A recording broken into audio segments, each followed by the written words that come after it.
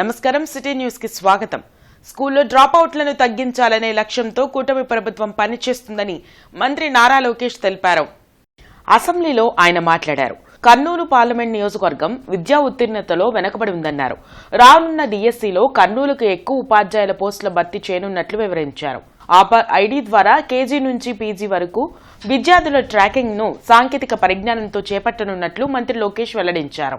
Literacy rate గానీ drop out కూడా చూస్తే అన్నిట్లో కర్నూలు పార్లమెంట్ వెనుకబడి ఉంది. అది వాస్తవం, దాంట్లో ఎలాంటి సందేహం లేదు. అందుకే మీరు ఈసారి చూస్తే డిఎస్సి లో రిక్రూట్మెంట్ లో పెద్ద ఎత్తున కర్నూలుకే ఉపాధ్యాయులు రాబోతున్నారు. అధ్యక్ష, చాలా సీరియస్ గా తీసుకుంటున్నాను ఇది. అపార్ ఐడి అని కేంద్ర ప్రభుత్వం ఇప్పుడు స్లోగా మ్యాండేట్ చేస్తున్నారు. అంటే పిల్లలకి జీవితాంతం ఒక ఐడి వచ్చేస్తుంది, ఆధార్ కి ఇంటిగ్రేట్ ఒక ఐడి వస్తుంది. సో కేజీ నుంచి పీజీ వరకు అదే ఐడి వాళ్ళతో ట్రావెల్ అవుతుంది. మేము మాట్లాడుకుంది ఏంటంటే అపార్ ఐడి ద్వారా మేము ట్రాక్ చేద్దాం. ఒక కంట్రోల్ రూమ్ పెట్టి ట్రాక్ చేసి పిల్లలు ఎక్కడున్నారు, ఒక వారం పాఠశాలకు రాకపోతే ఎందుకు రావట్లేదు, ఎక్కడికి వెళ్లారు ఈ పిల్లలు అనేది ఇప్పటి నుంచి ట్రాక్ చేద్దాం. ఐటీ ఇన్ఫ్రాస్ట్రక్చర్ మొత్తం మేము తయారు చేస్తున్నాం. ఎడ్యుకేషన్ పైన ఎటుకో షార్ట్ డిస్కషన్ ఇన్ డీటెయిల్.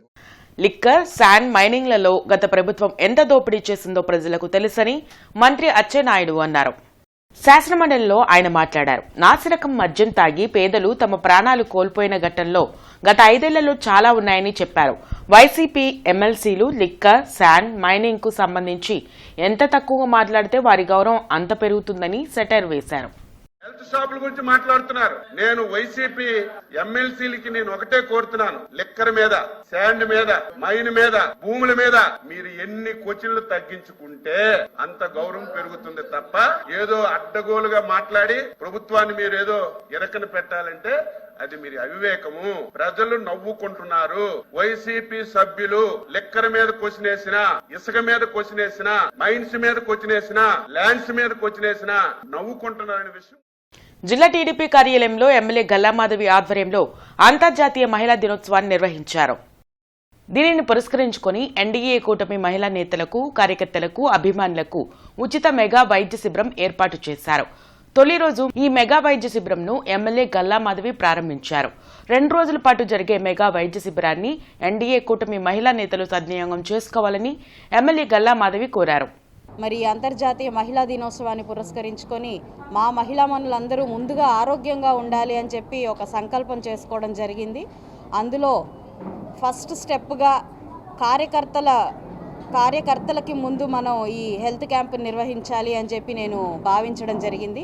అందుకని జనసేన, బీజేపీ, టీడీపీ అందరూ కార్యకర్తలు వారి యొక్క కుటుంబ సభ్యులకి ఒక హెల్త్ క్యాంప్ని నిర్వహించడం జరుగుతుంది. రానున్న రోజుల్లో 2 నెలలకు ఒకసారో లేదా నెలకు ఒకసారో అవకాశాన్ని బట్టి ప్రతి డివిజన్లో కూడా అందరు మహిళలకి ఒక హెల్త్ క్యాంప్ని నిర్వహించి ముందుకు తీసుకెళ్ళాలి అని అనుకుంటున్నాను. ఒక కన్న తల్లిలాగా మా గల్లామాధవి గారు ఈరోజు మా మహిళలను ఎంతో ఆదరించి మెగా వైద్య శిబిరం ఏర్పాటు చేసినందుకు గల్లామాధవి గారికి మేము పేరున ధన్యవాదాలు తెలుపుకుంటున్నాము. మరి ఈరోజు పశ్చిమ నియోజకవర్గంలో ఉన్న కూటమి మహిళా నేతలందరూ కూడా ఈ మెగా వైద్య శిబిరంలో పాల్గొని వారు రక్త నమూనాలు అందజేశారు. మరి వారందరికి కూడా ఇచ్చేసిన మహిళలందరికీ కూడా మేము పేరున ధన్యవాదాలు తెలుపుకుంటున్నాము.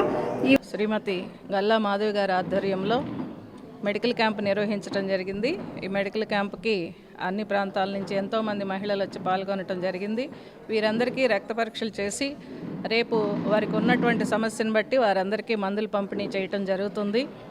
మహిళల ఆరోగ్య పరిరక్షణలో భాగంగా మహిళలందరికీ 7వ తారీఖున ఉచితంగా రక్త పరీక్షలు, thyroid profile, complete blood picture, blood sugars, HbA1c ఇవన్నీ బయట చేయించుకుంటే సుమారుగా 1500 నుంచి 200 రూపాయలు అవుతాయి.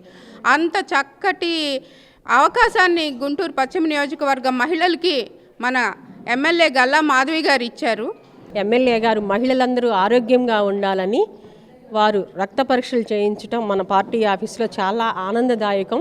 ఎందుకంటే ప్రతి మహిళ నవ్విన రోజే రాష్ట్రం, నవ్య భారతానికి నారీ లోకం నవ్విన రోజే బాగుంటుందని పశ్చిమ నియోజకవర్గం ఎమ్మెల్యే గారుగా ముందు మనందరికి కూడా ఈ మంచి పని చేసినందుకు అటు రచయితగా శుభాభినందనలు తెలియజేస్తున్నాను. ఇట్లాంటి మంచి పనులు ఇంకా ముందు కొనసాగించాలని, మంచి పాలన అందిస్తుంది మాధవి అని నా నమ్మకం. గుంటూరు జిల్లా టీడీపీ పార్టీ ఆఫీసులో మహిళలందరికీ కూడా ఉచిత రక్త పరీక్షలు నిర్వహించి వారందరికీ రేపు ఉదయం అందరికీ మెడిసిన్ ఇవ్వడం జరుగుతుంది ఫ్రీగా.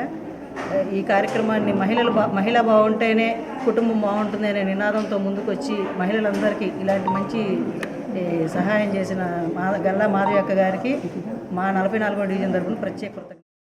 కిమ్స్ సికిరా హాస్పిటల్లో యూనిపోర్టల్ వార్డ్స్ విధానంలో ఊపిరి ఆడక ఇబ్బంది పడుతున్న వారికి అరుదైన శస్త్రచికిత్సలు చేశామని డాక్టర్ కాజా అబ్దుల్ మోయిన్ బేగ్ తెలిపారు. విజయవాడ రోడ్లోని కిమ్స్ సికిరా హాస్పిటల్లో అత్యాధునిక వైద్య పరికరాలతో ఊపిరితిత్తుల సమస్యకు ఆపరేషన్లు జరిగాయి. మినిమల్లీ ఇన్వేజ్ పద్ధతిలో శ్వాస తీసుకోవడానికి ఇబ్బంది పడుతూ అత్యవసర పరిస్థితుల్లో ఉన్న ఇద్దరు హాస్పిటల్కు వచ్చారు. ఒక వ్యక్తి మరో మహిళకు ఆంధ్రప్రదేశ్ రాష్ట్రంలోని మొట్టమొదటిసారిగా చిన్న ఘాటుతో యూనిపోర్టల్ వార్డ్స్ విధానంలో ఆపరేషన్ నిర్వహించామని chief surgeon doctor Kaja Abdul Moin Baig తెలిపారు. పోర్టల్ వార్డ్స్ విధానంలో అరుదైన శస్త్రచికిత్సలను ఆంధ్రప్రదేశ్ రాష్ట్రంలోనే మొట్టమొదటిసారిగా విజయవంతంగా నిర్వహించినందుకు KIMS group of hospitals board of director Advik Bollineni, KIMS సికిరా hospital CEO Sudhakar జాదవ్లు డాక్టర్ల బృందాన్ని అభినందించారు. ఈ కార్యక్రమంలో doctor Sridevi, doctor Anusha, doctor Laxman పాల్గొన్నారు. పాతకాలంలో అంటే ఈవెన్ ఇప్పుడు కూడా చాలా వరకు థొరకోటమీ అంటే మనకి ముందు నుంచి వెనకాల దాకా పెద్ద కోత చేసి ఆపరేషన్ చేయడం జరిగేది. ఇప్పుడు ఏంటంటే అత్యాధునిక పరికరాలు రావడం వల్ల ఇప్పుడు మనం చేసే వ్యాట్స్ అనే పద్ధతి, వ్యాట్స్ అంటే వీడియో అసిస్టెడ్ థొరకోస్కోపిక్ సర్జరీ అనే ఈ పద్ధతిలో చేయడం జరిగింది. దానికి ఇంకా అడ్వాన్స్గా యూనిపోర్టల్ వ్యాట్స్ అంటే ఒక 5 నుంచి 6 సెంటీమీటర్లు కోతలో ఆపరేషన్ కూడా అయిపోతుంది. ఆపరేషన్ తర్వాత ఇబ్బంది లేకుండా పేషెంట్ డిశ్చార్జ్ చేయడం కూడా అవుతుంది.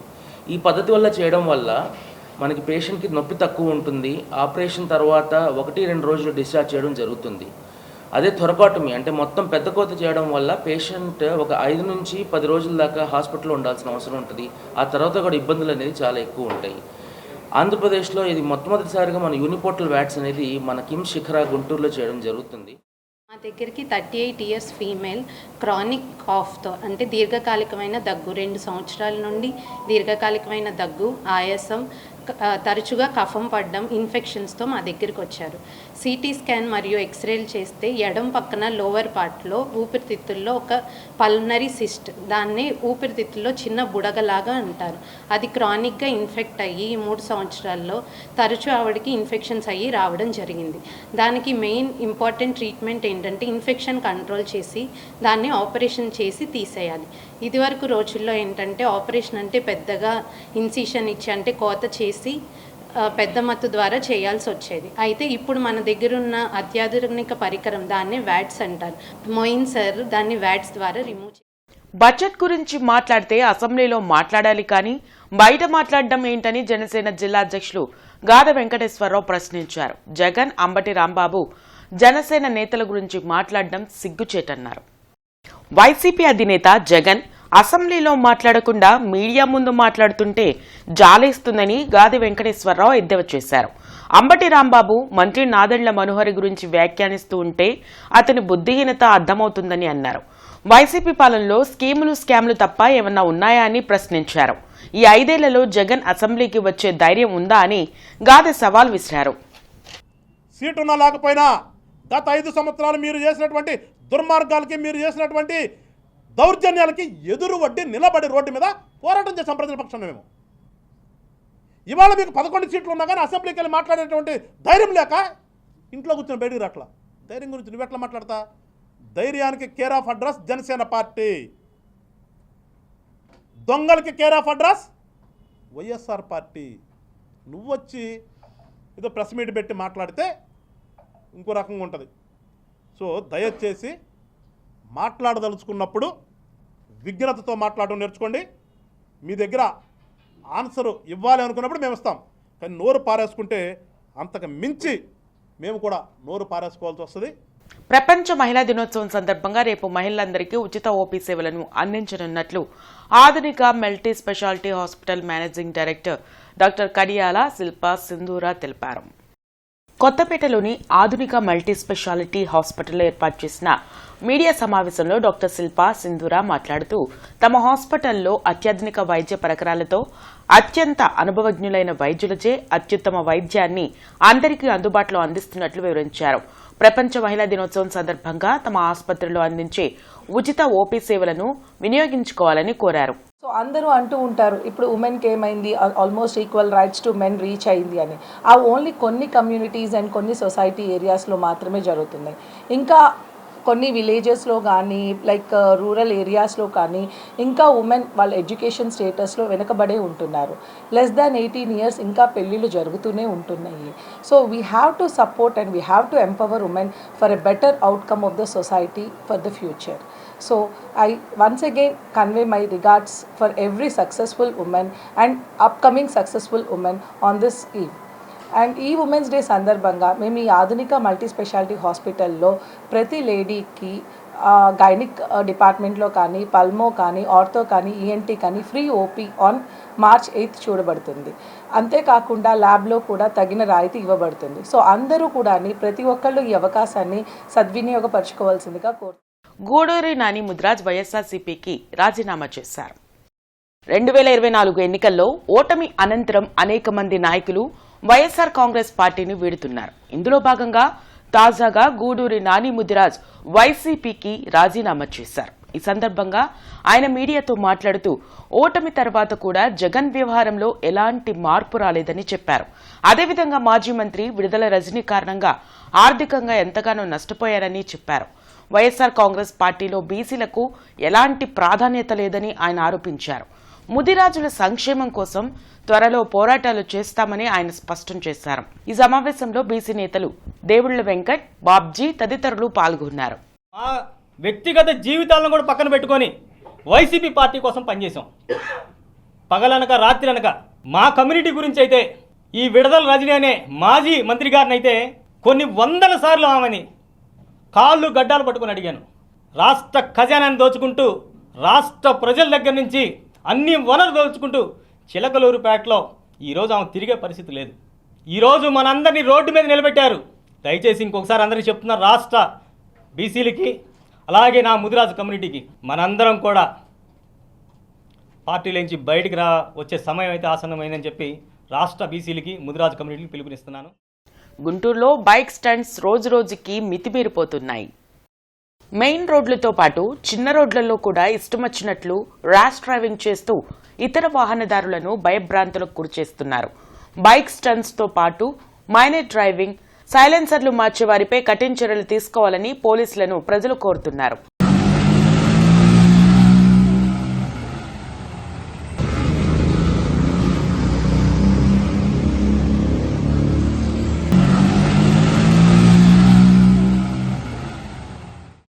ఇవి ఇప్పటివరకున్న వార్తా వివరాలు. మరికొన్ని వార్తా విశేషాలతో మళ్ళీ కలుద్దాం. అంతవరకు సెలవు. నమస్కారం.